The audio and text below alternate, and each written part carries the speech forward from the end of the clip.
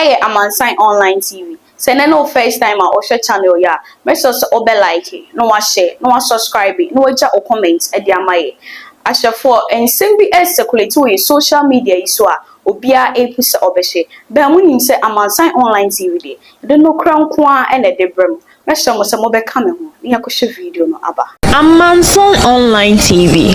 Our hope is here. So this is the 120 days in office of His Excellency John Dramani Mahama. We are tracking President Mahama's 120-day social contract with Ghanaians. Medical can say a year 26. Amansan Online TV. Our hope is here. First was nominate within 14 days. Or catch us about within 14 days. Now you mean them or power the cabinet ministers for parliamentary approval. After also obeying or forming the leanest government under the Fourth Republic. As part of the promise and all the MS in the first 120 days, the cabinet ministers within first 2 weeks. Now, you mean no apart the cabinet ministers. Amansan Online TV. As a free JJ Rollins a pencil, ever seen another down Kwaku for the apensua, or seen our Bemwa Swafon and the Besakra. You show to me, I was established a robust code of conduct and standard for all government officials. Or can say, Woba. What is she shame Guaquem? No pancratabu to my yen never bought that Swafuna and Online. Soon obey or better do a banya do emu. To me, I say hold a national economic dialogue to discuss the true state of the economy. Or so obey Amansan Online TV. Obe power national economic dialogue hontuma. Na sabe joko na kwatena se di kumo de afakọ ebetimi afaso a o mesi kasem ye be hihye ne ai kama. Na onyehiya ne atiti agana fo enam no wo de sa economic dialogue yi enam su afutuo ni akwankyere ba no eyi Ghana fo ade free sa onyehiya ne emu.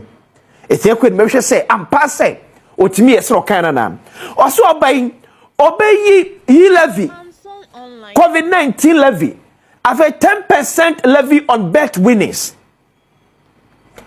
As part of the 26th social contract with Ghana for the first 120 days, also be scrapping ye levy, obey COVID-19 levy, and have betting tax, obey at the free one.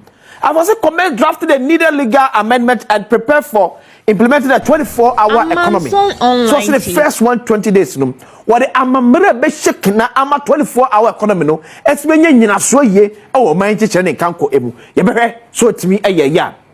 I foresee FAB AEDC Accelerated Export Development Council. And so mo ba be boase ne bi Ghana ne me de ko amono no e betimi adosom. Aye ne papam ne koduru be nya atofo ntem. To oso obey oba obete saa bedwakuo no na bedwakuo no atu saa na mo no no matimi aboa ama Ghana ye export Amansan Online TV. Our hope is here. Ebebo ye pa se de be ya dollar ne nkoso nya hoden e Ghana city no esom. Afosi convene a national consultative conference on education. Sabati bedwakuo na omo so ya transe abobo ho adwen ko betimi afa so aboa asakra Ghana ye disua emu se no so obeye for national economic dialogue no and so be say ampa the first 120 days of His Excellency John Dramani Mahama watimi ayana also implement the no academic fee policy for all first year students. Amansan Online TV. And say makọ meka ensem ye nwan mu a ekosuampon mu first year students level 100 students also aba ye free be academic fee our university enya de o metia it is first 120 days na ka introduce the following social intervention program: free tertiary education for persons with disabilities. Free. Where President John Dramani Mahama Bosha or the Ghana for a share. And also the Mahama Care, Ghana Medical Care Trust. As Weber. The first 120 days. So I promise to convene a national consultative conference on education to build consensus on the necessary improvements to our education sector. I'm glad to report that this promise has been fulfilled. Amansan Online TV. Our hope is including a survey on free senior high school with 20,000 respondents. The reports on the consultations will be ready by the end of May 2025 and will be made public. The extensive consultation was crucial to building a genuine national consensus for sustainable reform in our education sector. The no academic fee policy for all first-year students in public tertiary institutions was a key promise to ease burden on families and expand access to higher education. My government has taken concrete steps to implement this. 452,940,012 Ghana cedis has been allocated for the payment of academic facility user fees for 156,294 first-year students in public tertiary institutions for the 2025 academic year. Online TV. Get Fund has also been instructed to pay the fees directly to the tertiary institutions, ensuring timely disbursement. Online TV. The No Fee Stress application portal has been developed and is now live for first-year students to register and authenticate their eligibility for this. Commencing the 24-hour economy policy. One of our signature policies for job creation and economic transformation is the 24-hour economy policy.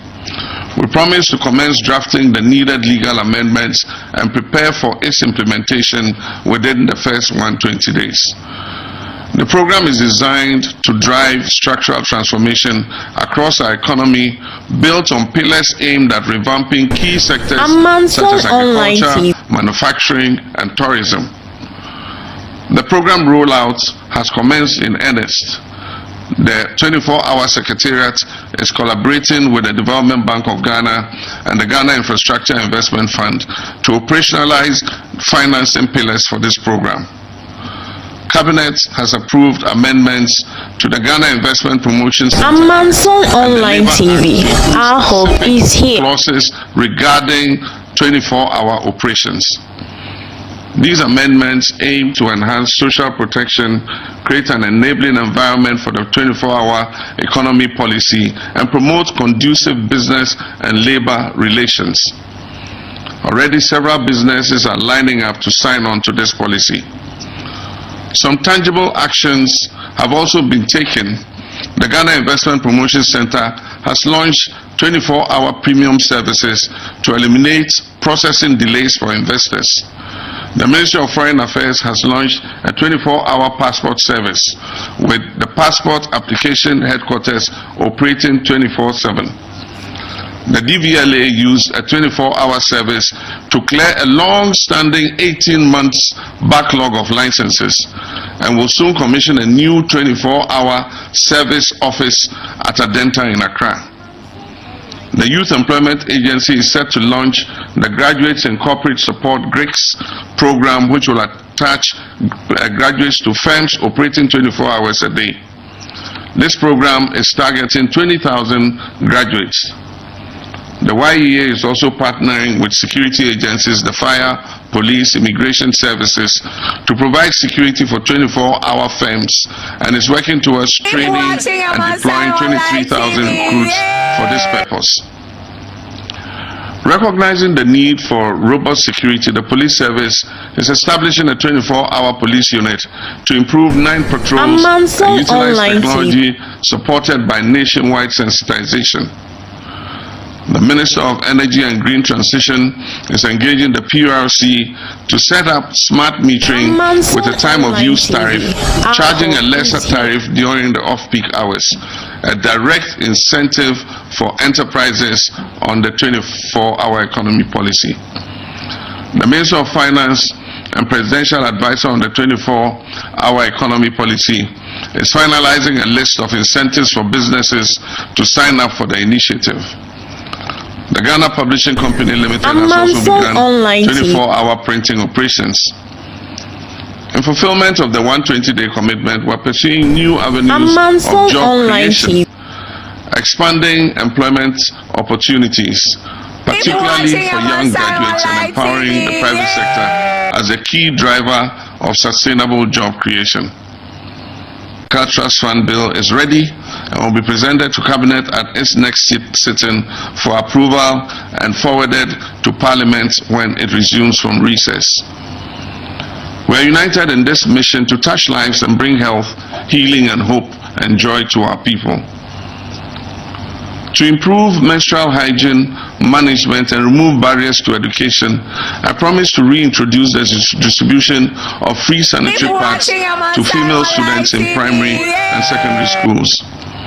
The 2025 budget statement allocated 292,400,000 Ghana cedis for this commitment, and I launched this initiative on the 24th of April 2025.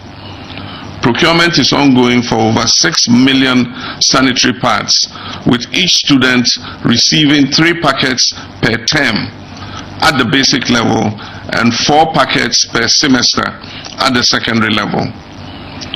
Distribution will be done through the Ghana Education Service structure to all 261 districts, ensuring that no beneficiary is left out. The distribution will be accompanied by health education. A cornerstone of our commitment to good governance and accountability is tackling corruption and eliminating waste. I promise to initiate inquiries and forensic audits into several critical matters of public interest. This war against corruption continues unabated. The Minister for Health is reviewing the Auditor General's report on the COVID-19 expenditures. After the review, the appropriate actions will be taken. The Sputnik V scandal is under investigation. The Minister for Finance has launched an inquiry into the collapse of indigenous banks and financial institutions. And make no mistakes, facts will be unearthed, culprits will be punished, and lessons will be learned. The Minister for Energy and Green Transition has commenced investigations into the PDS scandal. Deloitte and Touche is conducting an independent audit of the National Cathedral project. I expect their report by the end of this month. A number of officials have been invited and questioned concerning the 13th African Games. On April 30th, 2025, the Attorney General filed 11 charges against the former National Signals Bureau Director General and others for various offenses. Charges will also be filed in the Accra SkyTrain and the National Service Ghost Name scandals. The Office of the Presidential Advisor on Corruption will continue to receive complaints and reports regarding graft for onward transmission to the Attorney General, building on the success of the oral mechanism, which received over 2,000 complaints in just a few weeks. As promised, my commitment to fighting corruption is not limited to recovering loot from past appointees. We will also ensure that our own appointees serve Ghanaians responsibly and are held to the highest standards of accountability. To reinforce public trust and ensure equitable access to state resources, I pledge to implement a government policy prohibiting political appointees from purchasing state assets. Reports of former officials acquiring public properties after regime changes have eroded public trust, particularly the alarming surge under the previous administration. In response, our policy prohibits all political appointees, their assigns, and closely associated persons from purchasing state assets. Section 5B of the Code of Conduct provides a clear sanction: immediate termination of appointment if an appointee is found to be in the process or has purchased any state asset directly or indirectly. Allocating seed money for the Women's Development Bank. We promise to allocate seed money to establish the Women's Development Bank to empower women entrepreneurs and promote economic inclusion. Accordingly, 51,300,000 Ghana cedis was allocated in the 2025 budget for this purpose. We're finalizing the working structures of the Women's Development Bank, and details will be made public soon. Online TV. Priority job creation programs. Job creation is a top priority for my administration. We promise to launch the Ejumara National Apprenticeship and 1 million coders program in the first budget. These programs are designed to stimulate youth employment, entrepreneurship, and innovation. The Ejumara program has been launched to train and support 10,000 youth-owned businesses annually. And Amazon Online TV, our hope is here. 2,000 viable businesses will receive funding based on scalability and the potential to create jobs. This program targets Ghanaian-owned youth-led businesses across all educational backgrounds, with specific directives to allow access for women and persons with disability, unemployed and out-of-school youth, and our vulnerable populations. Under the National Apprenticeship Program, the goal is to provide vocational training for more than 500,000 young Ghanaians over the next 5 years, beginning with an initial 10,000 apprentices. The beneficiaries will receive training in high-demand sectors. They will receive stipends and starter toolkits and certification at the end of their training. A dual apprenticeship model blending classroom instructions with hands-on training will be used. I've directed the prioritization of women. At least 45% of apprentices must be women, and persons with disability, at least 5% of trainees must be persons with disability and marginalized groups. The 1 Million Coders program is a cardinal initiative for a digitally inclusive, data-driven economy. 1 million young Ghanaians will be trained in digital skills for the business process outsourcing and KPO sectors. The pilot training began in the Greater Accra, Ashanti, Bono, and Upper East regions. The technology sector is a key pillar of Ghana's economic reset, and we're taking bold steps to equip our youth to be the future of work. Commence review of Customs Amendment Act 2020. To rescue the local automotive repair industry, we promise to begin the review of the Customs Amendment Act 2020 to remove the law banning the importation of salvage vehicles. The Minister for Trade and Agribusiness has extensively engaged relevant stakeholders, including new and second-hand car dealers and assemblers. Her report has been forwarded to the Ministry of Finance, where a draft bill is being prepared for Parliament. To ensure fairness and transparency and eliminate political patronage and corruption in awarding government scholarships, we promise to lay before Parliament a new bill to streamline administration and prohibit political appointees from accessing government scholarships. Cabinet has given policy approval for the new scholarships authority bill to be laid before Parliament to fulfill this promise. I hope Parliament will consider and pass this bill expeditiously when it resumes sitting. This bill will establish the Ghana Scholarships Authority, a fair and transparent system focused on needy and deserving students and national development priority areas. Protecting our environment, especially from the threat of illegal mining, has been a strong commitment. We promise to ban illegal and new mining activities in forest reserves and roll out our Tree for Life and Blue Water initiatives to heal and sustainably harness our environment. In the first 120 days, we've taken decisive action through a 5-pronged strategy to overhaul and sanitize the mining sector. This includes regulatory reforms and strengthening the law enforcement, including joint task forces, arrests and seizures of mining equipment, stakeholder collaboration, reclamation of degraded lands. 7 out of 9 forest reserves have been reclaimed. Illegal miners have been flushed out of these forest reserves. Concerning the ban on mining in forest reserves, on March 20th, 2025, a legislative instrument, LI 2462, was presented to Parliament to amend the Environmental Protection Mining in Forest Reserves Regulation. This amendment removes the President's power to grant approval for mining in forest reserves.